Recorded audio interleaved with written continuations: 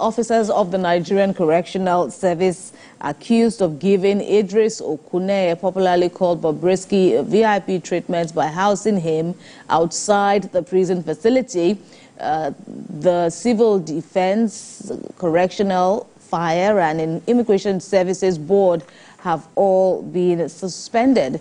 The officers are Michael Anugua, he's the Deputy Controller of Corrections in charge of the Medium Security Custodial Center at Kirikiri in Lagos, as well as Sikiru Adekunle, who is the Deputy Controller of Corrections in charge of the Kirikiri Maximum Security Custodial Center in Lagos still. Well, their suspension is to allow for further investigation on the various allegations, while assuring that the outcome will be made public when concluded. So we bring in now to talk about these happenings, lawyer and social development advocate Olutubosun Oshifowora. Thank you very much for joining us. Good to see you again. And, good morning. It's a pleasure to be here. So here we are. The last, obviously not heard on the matter.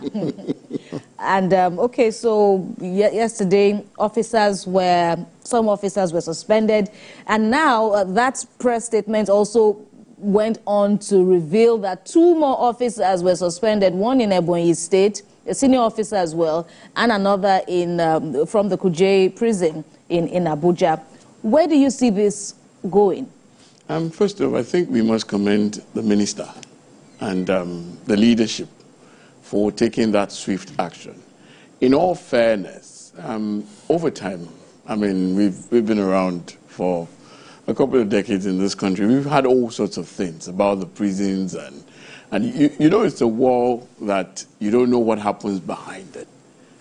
I mean, nobody wants to go to prison. Even people who have, you know, relatives and friends in the prison, you just don't want to go near there because, I mean, for the optics. I mean, if you're staying near prison, obviously something is wrong with you or with somebody you know. So that's why a lot of people don't go there. A lot of people don't know what happens behind the walls of the prison. So we hear all sorts of things. We've had things, you know, all allegations anyway, but we've had over time that, I mean, we've had that there are instances where somebody was behind bars, then suddenly the wife got pregnant, you know. We've had things like that, funny stories, you know, within people still engaged in business transactions. Then you wonder, these people are supposed to be behind bars. Your freedom is literally taken away based on the provisions of the 1999 Constitution, you know, that, I mean, it's one of the exceptions to freedom of movement, you know, being put behind prison. Now, and when that happens, you're supposed to be there. And then, you know, the government also changed the name to correctional facility. Right. So you're supposed to go through certain rehabilitation, then you come out a better person.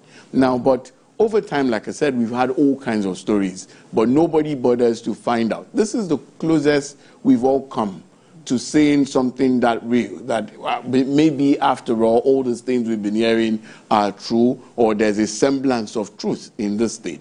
Now, so one must commend the whistleblower. Why a lot of people may not be a fan of the guy, the very dark man. What he's done is commendable. If we have 1 or 2, 3 like that, I think it's a step in the right direction to sanitizing the system. Because if that never came out, we all wouldn't be talking, we would be discussing something else. Definitely not this. So, and we also need to commend the government. Gone are the days where you hear things and then they'll tell you they'll set up a panel. Now, we need also to point something out. What they have done is to suspend these people, not because they are guilty or they've been found guilty, but just to commence investigation into what has happened. So they don't block evidence, they don't block things. And I don't think it should take long. Because to the best of my knowledge, there should be a working CCTV in the prisons, in the correctional facility.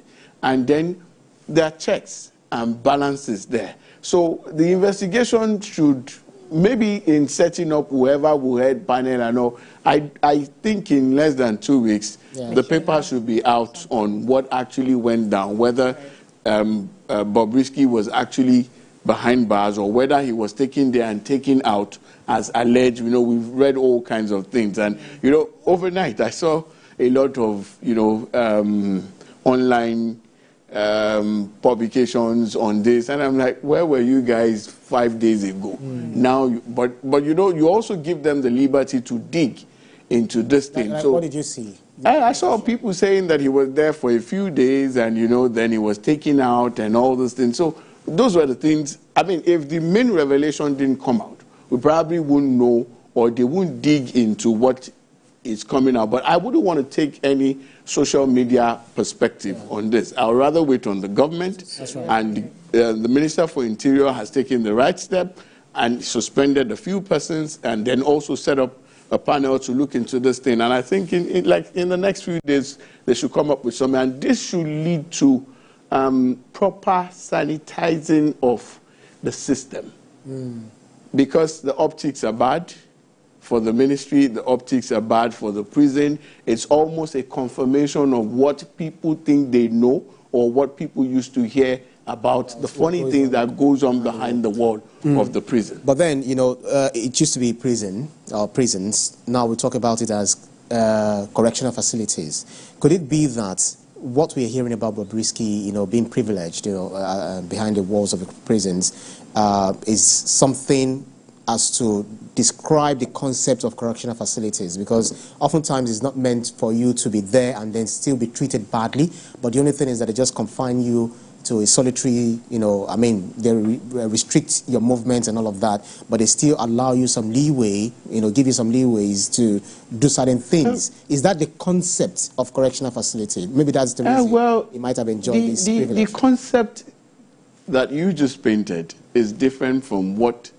they say goes on there. What is in the books? No, what goes on there. I've been privileged to help clients out. You know, sometimes when your client is free, there's still a few protocols and documentation you have to do, and sometimes they may extend it. So lawyers often, in my early days of practice, and particularly when I was into the criminal law practice, we used to go to the prisons to ensure that your client is given to you, you know, like, I mean, comes out and you can see. On his last date? On the dates when... No. Most times when, yes. Okay. Most times, in fact, what happens in a lot of cases is, you know, when you're detained in the course of trial, before you perfect your bail, the person is taken to the correctional facility. Now, so when the bail is granted, you follow up with the prosecutors and everything. And most of us, in the early days, we used to go all the way to the prison because I've been to Kirikiri to check on clients and also ensure that they come out. So at that level, you hear all sorts of things. And then clients also come out and tell you that there's the VIP section, there's the ordinary section. Now, what you said was that the correctional facility is supposed to help you become a better person. I mean, reshape you from the crime you committed and give you a better outlook to life. That's right. Now, but what we hear, it's different.